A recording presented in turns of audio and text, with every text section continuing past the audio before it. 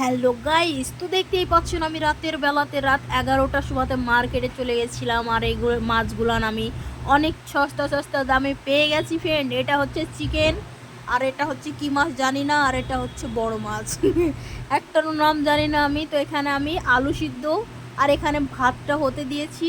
আর আমি এখানে মাছে একটু হলুদ দিয়ে দেবো, একটু লবণ দিয়ে দিব। আর এখানে আমার ভাতটা হয়ে গেছে, ভাতটা নামিয়ে নিলাম। তারপর আমি চুলোটা ধরে দিলাম আর তেল দিয়ে আমি মাছটা ফ্রাই করে নিলাম।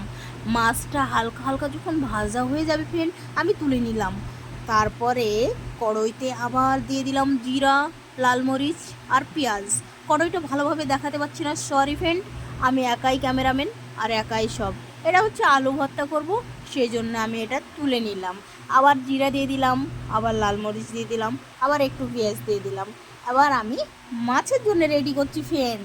তো দেখতেই পাচ্ছেন আমার জিনিসটা ভালোভাবে কিন্তু দেখা যাচ্ছে না কড়াইটা, কেননা আমি তো কিচ্ছু একা একা পাচ্ছিলাম না। তবে যেভাবেই হোক একটু পেরেছি। তো আধখান দেখতে পাওয়া যাচ্ছে, আধখান দেখতে পাওয়া যাচ্ছে না, সরি ফ্রেন্ড, কিচ্ছু করার নেই।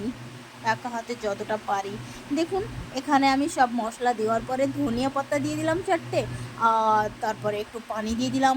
পানি দেওয়ার পরে আমি মাছগুলো ওতে দিয়ে দিলাম। আমি বেশি ঝোল পছন্দ করি না ফ্রেন্ড। এখানে আমি কয়টা জিরে ভেজে নিয়েছি।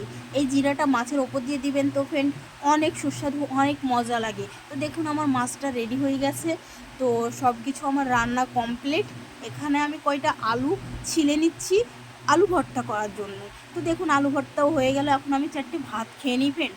তো আপনারা কেউ খাবেন নাকি? খাবেন না তো? ঠিক আছে, আমি খেয়ে নিই। তো দেখতেই পাচ্ছেন আমি একটু মাছ নিয়ে নিলাম, আমি একটু আলু ভর্তা নিয়ে নিলাম। আর আমি এবার ভাতটা খাবো। আমি প্রথমে শুকনো ভাত আর একটু ভর্তা নিয়ে খেয়ে দেখি তো কেমন লাগে। অনেক মজা ছিল ফ্রেন্ড, অনেক মজা।